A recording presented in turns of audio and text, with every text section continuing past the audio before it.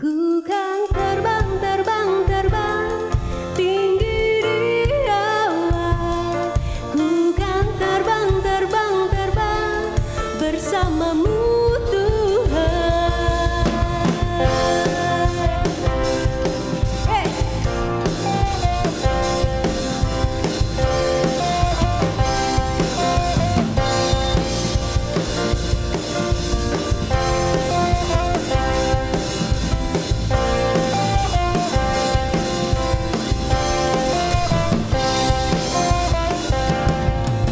Sama-sama katakan, firman-Mu Tuhan, pelita bagi kakiku.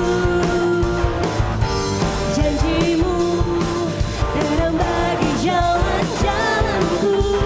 Kebenaran-Mu, menuntun setiap hari. Ku menantikan-Mu, beri kekuatan baru.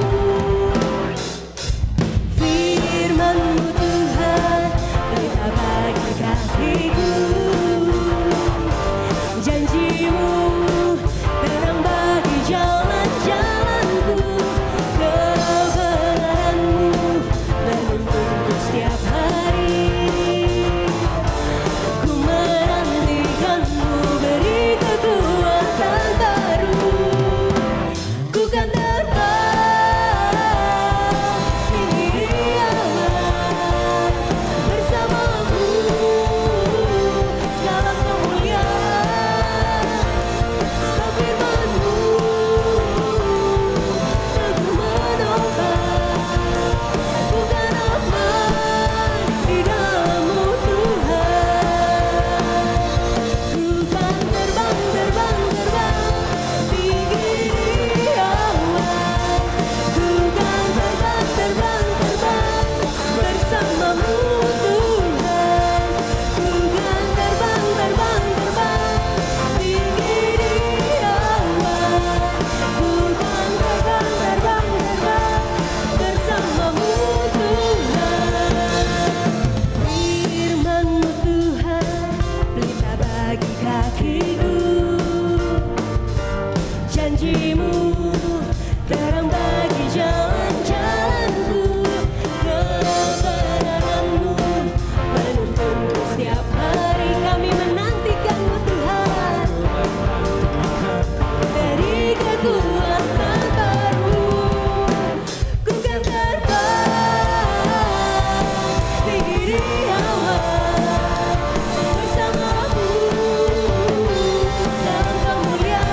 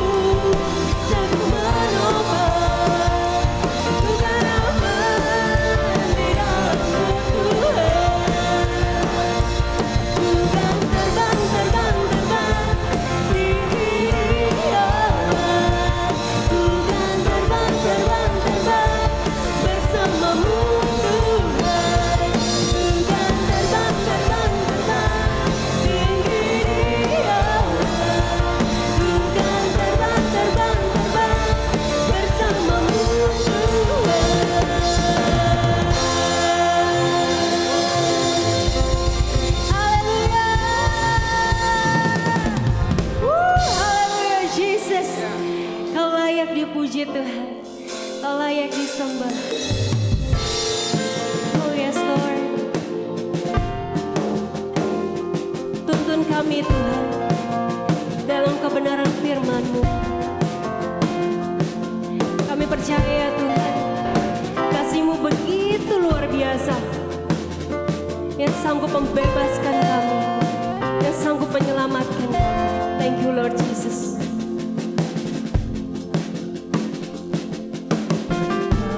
Mountains fall and the seas turn strong, but my words stand strong, says the Lord. When the world gets dark, through a broken heart, but my love won't fail, says the Lord.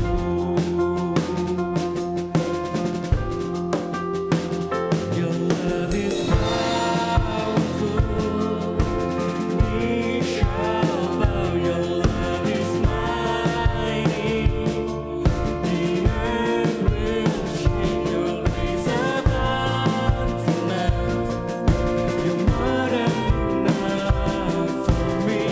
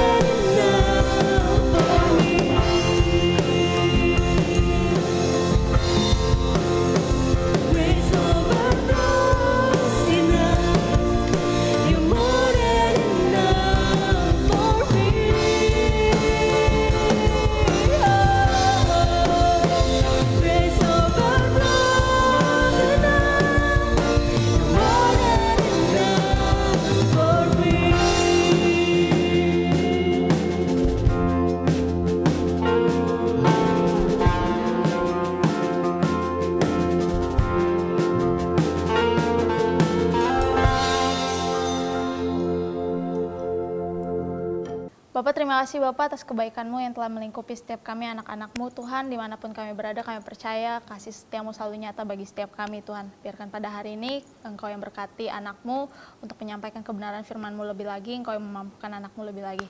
Terima kasih Bapak, terima kasih Yesus, hanya dalam nama-Mu, haleluya, amin. Shalom teman-teman, teman-teman YM dimanapun teman-teman YM berada, kita masih dalam ibadah tapping, tapi saya percaya semua teman-teman masih semangat untuk mendengarkan kebenaran firman Tuhan hari ini, amin. Masih seputar tentang kasih, di mana hari ini subtema kita adalah tentang tidak mudah terprovokasi. Seringkali hal ini dijumpai oleh anak-anak zaman sekarang ya, provokasi di mana-mana, pro dan kontra, pokoknya perdebatan-perdebatan yang sebenarnya nggak penting, tapi bisa menciptakan suatu permasalahan yang besar gitu. Kita mulai dari kata yang paling simpelnya sendiri ya, yaitu provokasi. Provokasi itu apa sih? Provokasi itu adalah perbuatan untuk membangkitkan kemarahan, amarah, serta emosi. Sedangkan apa sih itu emosi sendiri? Emosi itu merupakan luapan perasaan yang terus berkembang dan bisa surut dalam waktu yang singkat ataupun dalam waktu yang lama. Jadi sebenarnya kalau kita ngomongin provokasi dan emosi, hal ini sangat berkaitan, dan emosi itu sendiri yang sering kita jumpai itu basicnya sendiri ada 5 gitu. Sebenarnya emosi itu jumlahnya banyak, cuman yang paling sering kita temui itu adalah 5 hal ini. Perasaan marah, perasaan sedih, perasaan kecewa, perasaan senang, dan juga perasaan takut. Yang sebenarnya kalau kita ngomong tentang penggabungan antara provokasi maupun emosi itu sendiri, biasanya perasaan yang melibatkan hal ini bisa jadi marah, kemarahan, ataupun kecewa. Di mana prosesnya itu sendiri adalah dari provokasi itu membangkitkan emosi kita yang akhirnya meluapkan perasaan yang disebut kemarahan dan akhirnya terciptalah suatu permasalahan. Terus kenapa sih luapan emosi itu bisa terjadi gitu? Bisa gak sih kita cegah gitu? Kenapa luapan emosi itu bisa terjadi gitu? Sedangkan kita gimana sih caranya supaya emosi kita tetap stabil gitu? Luapan emosi itu pertama kali terjadi karena emosi kita dalam kondisi down, kondisi lemah. Seperti kalau tubuh kita lemah, virus-virus gampang masuk ke dalam tubuh kita, begitupun juga emosi. Emosi kita ketika kita ngerasa lelah akan sesuatu hal, kita mungkin mengulang hal yang sama terus-menerus, akhirnya kita lelah, ataupun kayak dalam pekerjaan yang kita punya itu terus, ataupun kayak rasanya lelah lah untuk melakukan sesuatu hal gitu. Itu bisa membuat emosi kita lemah. Terus yang kedua itu bisa karena juga disakiti akan sesuatu hal gitu. Kita disakiti secara terus-menerus, makanya emosi kita tuh nggak stabil, emosi kita tuh terkesan lemah gitu. Ataupun yang lainnya itu disebut tidak memiliki pertahanan. Kadangkala ketika kita nggak punya apapun, nggak punya pegangan apapun, akhirnya lemahlah emosi kita. Nah, di saat itu emosi kita akan tidak stabil atau akan sangat lemah gitu, yang akhirnya membuncah kepada perasaan amarah, perasaan kecewa, perasaan takut, semuanya bercampur aduk menjadi satu, yang akhirnya membuat kita mudah terprovokasi. Terus gimana sih caranya supaya emosi kita bisa lebih kuat, supaya emosi kita bisa lebih stabil, supaya kita ya nggak kayak anak-anak lah ya, yang emosinya naik turun, yang dikit-dikit kemudian gitu ya. Gimana caranya sih? Di sini ada 2 hal yang saya rangkum, yaitu yang pertama adalah bertahan. Saat kita mau menjaga emosi kita, yang paling penting adalah bagaimana kita bisa defense atau bertahan. Dalam tanda kutip, hidup ini adalah sebuah pertandingan.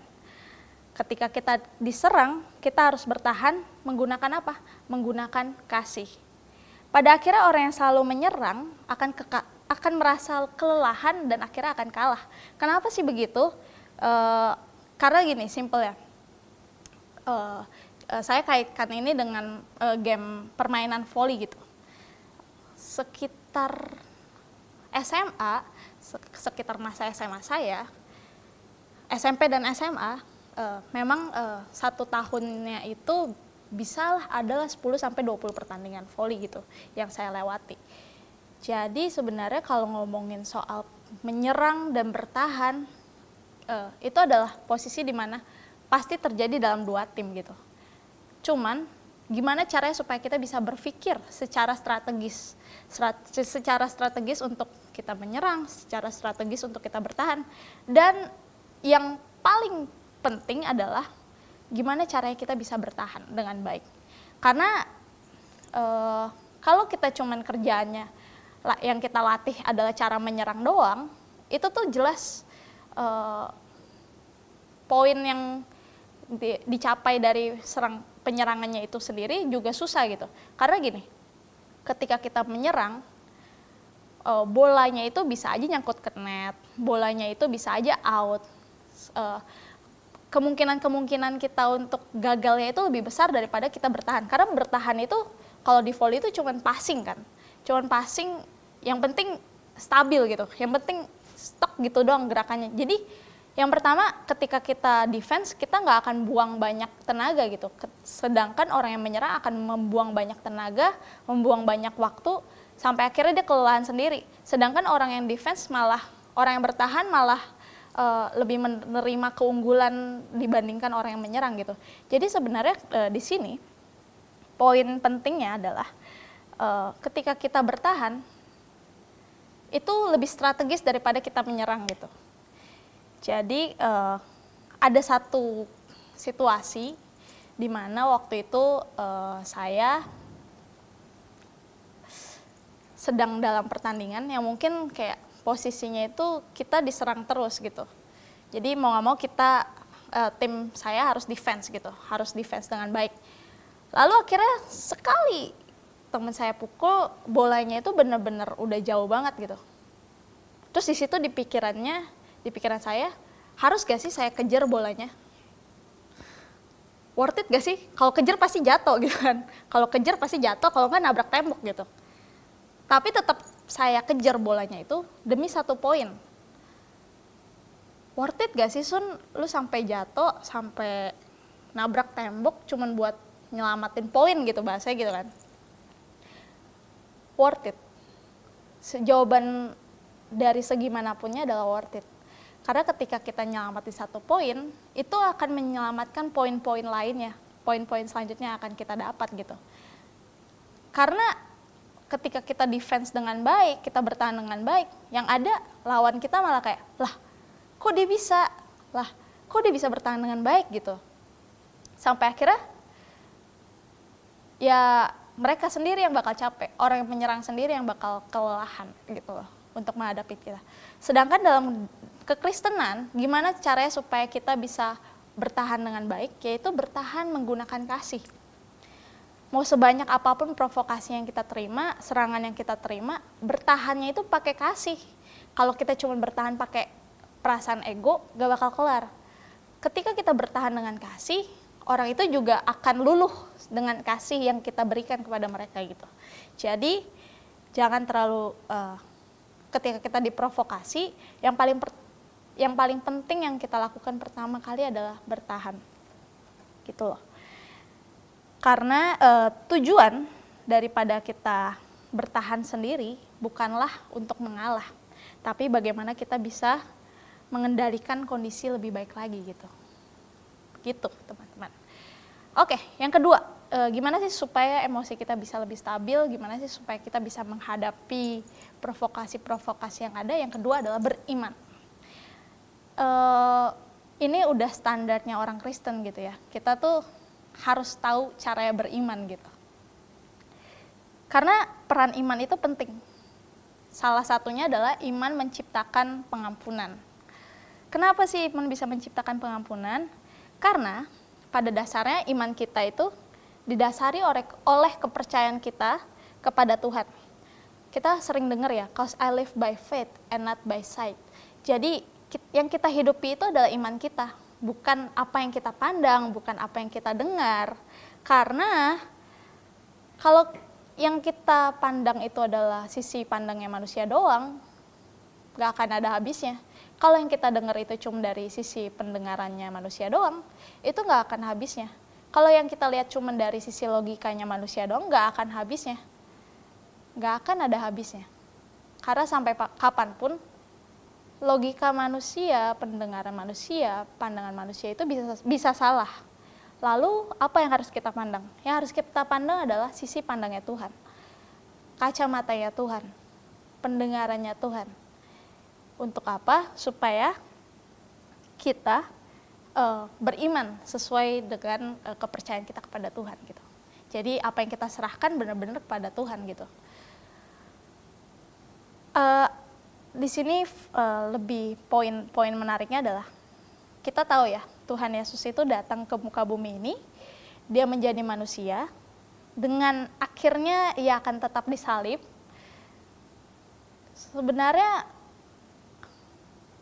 kita tahu kalau Tuhan kita itu sudah menerima makian selama hidupnya dia sudah menerima cacian, dia menerima hinaan dari orang-orang, dia juga pastinya menerima provokasi-provokasi dari orang-orang gitu. Tapi yang menariknya dalam Lukas 23 ayat 33 sampai 34 dikatakan seperti ini. Ketika mereka sampai di tempat yang bernama Tengkorak, mereka menyalibkan Yesus di situ dan juga kedua orang penjahat itu, yang seorang di sebelah kanannya dan yang lainnya di sebelah kirinya. Yesus berkata, "Ya Bapa, ampunilah mereka sebab mereka tidak tahu apa yang mereka perbuat." Waktu saya baca ini, sejujurnya dari dulu nggak make sense sama saya. Kenapa Tuhan bisa berpikiran, "Ya Bapa, ampunilah mereka sebab mereka tidak tahu apa yang mereka perbuat." Mereka tahu mukjizat yang Tuhan lakukan, mereka tahu apa yang Tuhan lakukan, tapi mereka masih menghina Tuhan, mereka masih memaksa Tuhan kita untuk disalibkan,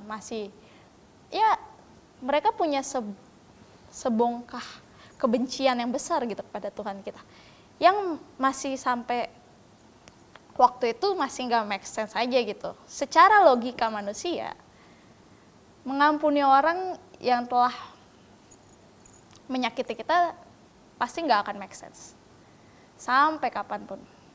Setiap kali ada permasalahan, ketika saya mau mengampuni orang, pasti susah banget. Tapi tujuan kita mengampuni itu bukan untuk mempertahankan keegoisannya kita gitu, tapi untuk menunjukkan seberapa besar kasih Allah kepada kita gitu kan.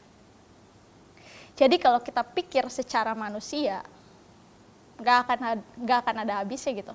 Karena kalau kita ngomongin keegoisan, kekerashatian manusia untuk mengampuni orang,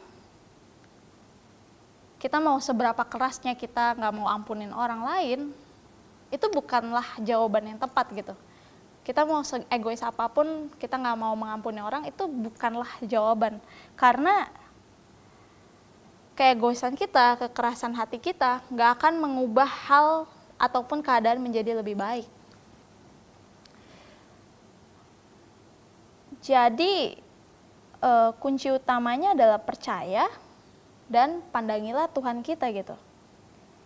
Ketika kita mau pandang Tuhan kita, pandang sisinya Dia, oh, ternyata pengampunan itu adalah sebagaimana kita menunjukkan kasih Allah kepada dunia ini, sebagaimana kita menunjukkan kasih Allah kepada manusia-manusia yang ada. Pengampunan itu adalah jelas bagaimana kita memberikan kasih Allah kepada orang-orang gitu.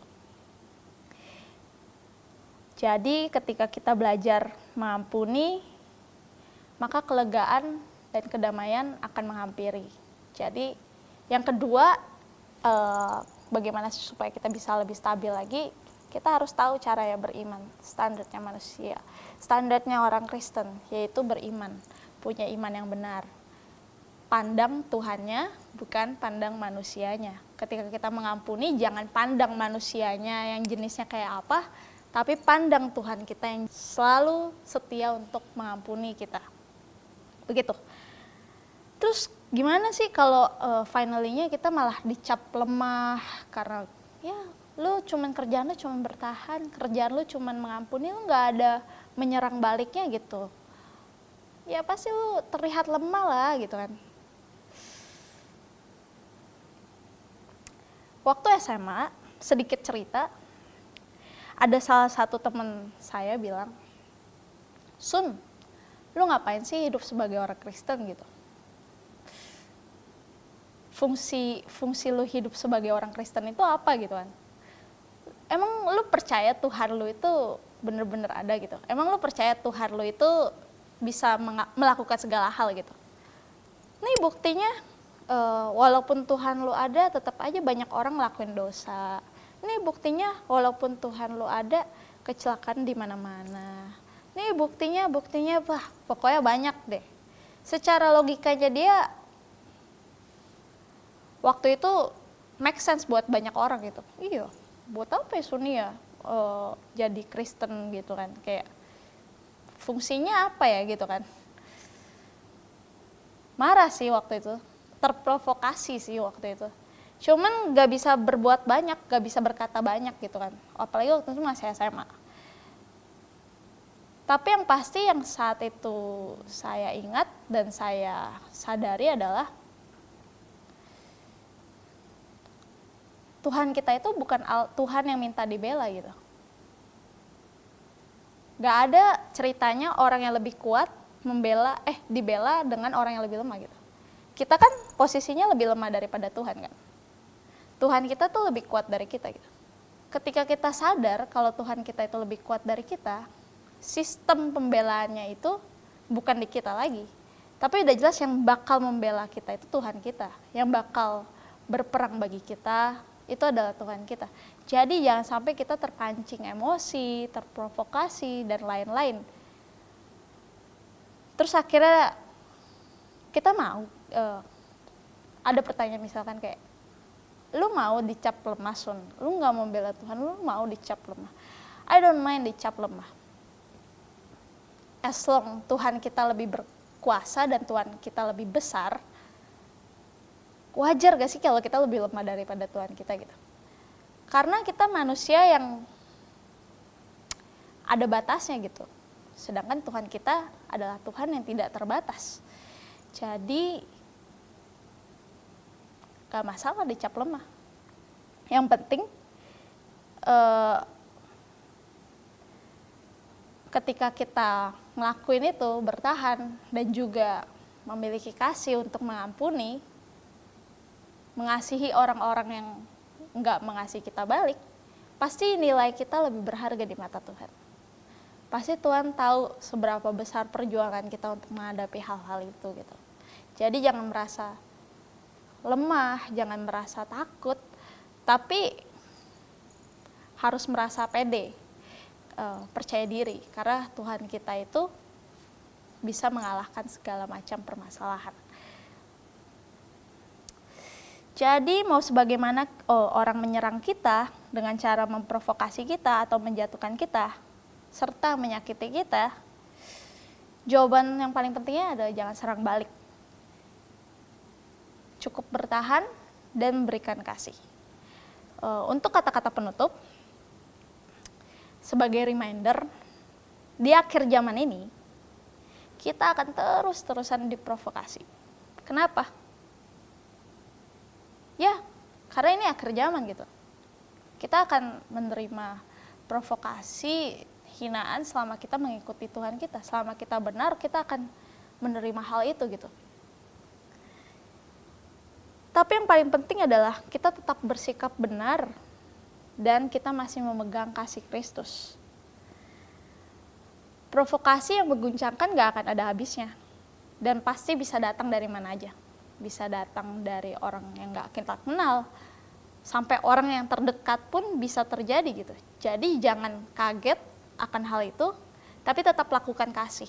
Seberapa banyak provokasi yang diberikan kepada kita, yang penting kita tahu cara bertahan kita sekarang, yaitu fight with love. Dan yang terpenting adalah bagaimana kita bisa menyampaikan kasih Allah kepada dunia ini, kepada domba-domba yang hilang, kepada orang-orang yang mungkin belum mengenal kasih Allah. Itu aja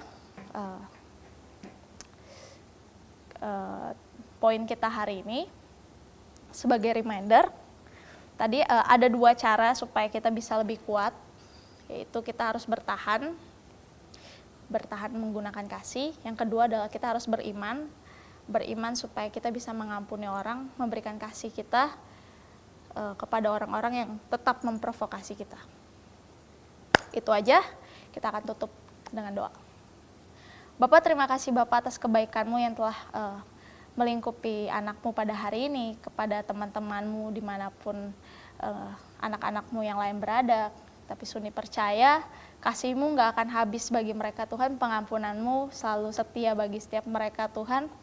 Engkau yang menolong kami untuk mempelajari pelajaran kami hari ini Tuhan, supaya kami tidak mudah terpancing emosi, supaya kami tidak mudah terprovokasi, supaya kami bisa lebih kuat, supaya kami bisa lebih tegar untuk menghadapi setiap permasalahan yang ada di muka bumi ini Tuhan. Biarkan nama-Mu yang dipermuliakan lewat kebenaran firman-Mu hari ini, biarkan nama-Mu yang dipermuliakan lewat ibadah pada hari ini. Terima kasih Bapak, terima kasih Yesus, saya dalam nama-Mu, haleluya, amin. Mari kita sama-sama angkat tangan kita pada hari ini. Dan apa yang telah kamu pelajari, dan apa yang telah kamu terima, dan apa yang telah kamu dengar, dan apa yang telah kamu lihat tentang nilai-nilai kebenaran firman Tuhan pada hari ini, lakukanlah. Maka Allah sumber damai sejahtera akan menyertai kamu. Kasih karunia, rahmat, dan damai sejahtera dari Allah Bapa dan dari Yesus Kristus anak Bapa akan menyertai kita dalam kebenaran dan kasih. Di dalam nama Yesus, haleluya, amin.